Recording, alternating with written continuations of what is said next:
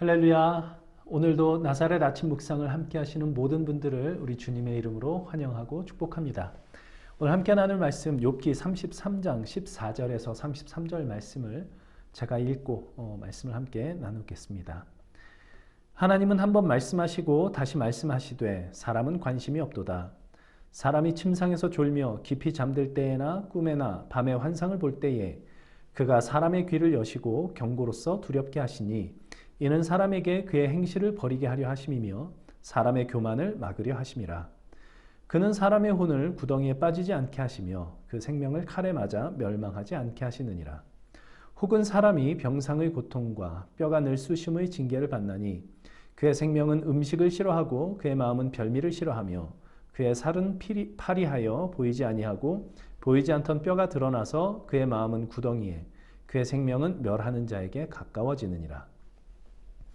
만일 일천 천사 가운데 하나가 그 사람의 중보자로 함께 있어서 그의 정당함을 보일진대 하나님이 그 사람을 불쌍히 여기사 그를 건져서 구덩이에 내려가지 않게 하라. 내가 대속물을 얻었다 하시리라. 그런즉 그의 살이 청년보다 부드러워지며 젊음을 회복하리라. 그는 하나님께 기도함으로 하나님이 은혜를 베푸사 그로 말미암아 기뻐 외치며 하나님의 얼굴을 보게 하시고 사람에게 그의 공의를 회복시키시느니라.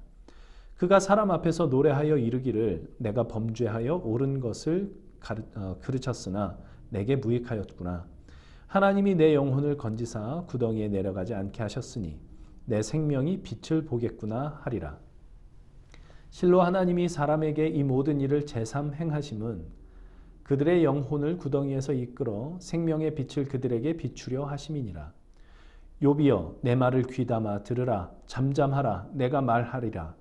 만일 할 말이 있거든 대답하라. 내가 기쁜 마음으로 그대를 의롭다 하리니 그대는 말하라. 만일 없으면 내 말을 들으라. 잠잠하라. 내가 지혜로 그대를 가르치리라. 오늘 말씀은 32장부터 이어지고 있는 엘리후의 발언입니다. 오늘 말씀을 읽다 보면 엘리후는 하나님께 대한 열심이 대단한 사람 같아 보입니다.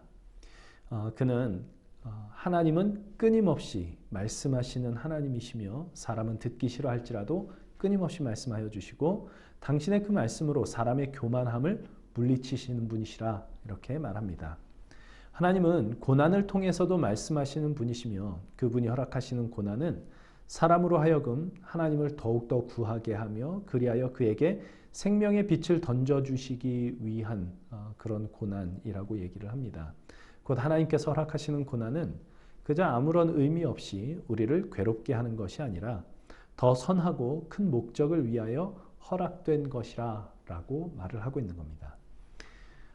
다 정말 은혜로운 이야기이고 옳은 이야기입니다. 그래서 그는 확신에 차 있습니다. 자기가 하나님께 대한 열심이 굉장하고 또 하나님이 누구신지를 알고 있기 때문에 확신에 가득 차 있고요. 그래서 지금 바로 그 고난 가운데 있는 욥에게 이렇게 말을 합니다. 본문 31절에서 33절에 욥이여 내 말을 귀담아 들으라. 잠잠하라. 내가 말하리라. 만일 할 말이 있거든 대답하라. 내가 기쁜 마음으로 그대를 의롭다 하리니 그대는 말하라. 만일 없으면 내 말을 들으라. 내가 지혜로 그대를 가르치리라. 굉장한 자신감입니다. 그의 이러한 자신감은 하나님을 향한 확실한 믿음, 이제 이런 것으로부터 나오는 것이겠죠. 그런데 이 말씀을 제가 쭉 읽으면서 지금 이 말을 하고 있는 엘리후를 바라보시는 하나님은 그를 어떻게 생각하실까 그런 생각이 들었습니다. 욥기의 결론에서 하나님은 욥이 옳고 욥의 세 친구는 옳지 못하다라고 판결을 내리시는데 32장부터 37장까지 지금 이렇게 길게 발언을 하고 있는 이 엘리후에 대해서는 아무런 말씀도 없으십니다. 엘리후가 그렇게 길게 발언을 했음에도 불구하고 그동안 세 친구와 계속해서 논쟁을 하던 욥도 아무런 반응을 하지 않았습니다. 엘리후는 32장에서 37장까지 정말 긴 이야기를 했지만 마치 혼자서 떠들고 만 것 같은 느낌이 듭니다. 엘리후의 등장은 이렇습니다. 32장에서 욥과 세 친구의 이야기를 듣다가 엘리후가 참다 못하고 등장을 하죠. 32장 6절에서는 그가 자신에 대해서 이야기하기를 나는 연소하고 당신들은 연로함으로 뒷전에서 나의 의견을 감히 내놓지 못하였다 이렇게 얘기를 하는데 말하자면 그는 젊은이였던 것이죠. 그는 젊은이답게 패기 있고 당당하게 말합니다. 욥기 32장 9절 10절에 어른이라고 다 지혜로운 것도 아니고 노인이라고 해서 다 정의를 깨닫는 게 아닙니다. 그러니 내가 젊다고 내가 어리다고 무시하지 말고 내 말을 들어보십시오 라고 이야기를 하죠. 이러한 엘리후의 모습을 보면서 지금도 제가 어리지만 더 어렸을 때 저의 모습이 떠올랐습니다.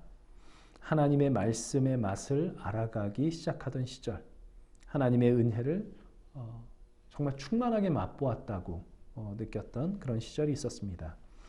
하나님께 대한 열심이 있었고요. 모든 정말 하나님의 뜻 안에서 잘 해낼 수 있을 것 같았습니다. 그런데 그런 경험을 하자 다른 사람들은 하나님의 은혜를 제대로 깨닫지 못한 것 같은 그런 생각이 들었습니다. 그런 사람들에게 입바른 소리를 해주고 싶었습니다. 지금 생각해 보면 참 철부지 같았다 그런 생각이 듭니다. 지금 엘리후의 모습이 그런 것처럼 보입니다. 엘리후는 분명히 하나님의 은혜를 맛본 사람이었을 것입니다.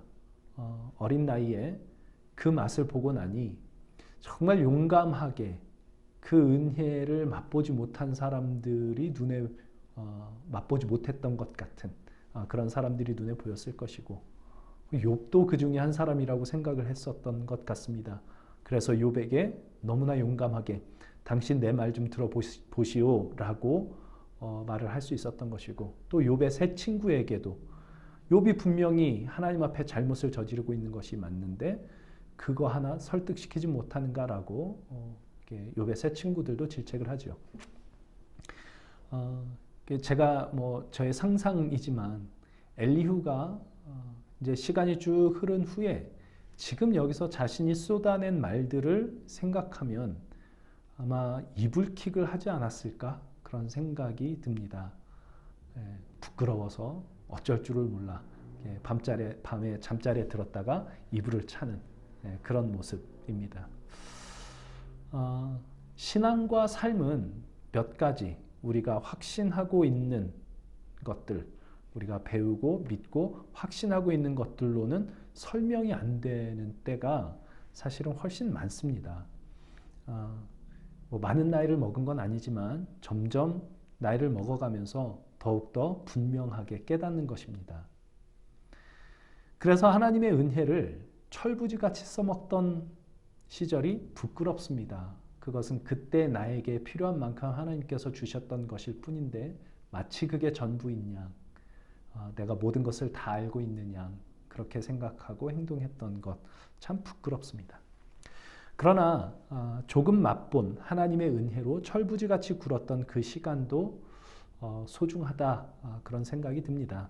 그때는 그것이 자연스러운 시절이었고 뭔가 다 아는 양 당당하던 저의 모습을 아마 하나님은 웃으시면서 저를 바라보시지 않았을까 이런 생각이 듭니다.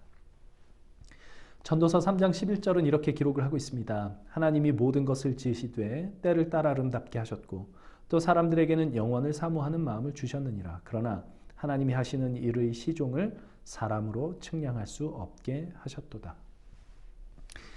젊은이의 때에는 어린 시절에는 젊은이만이 할 수 있는 말과 생각이 있습니다.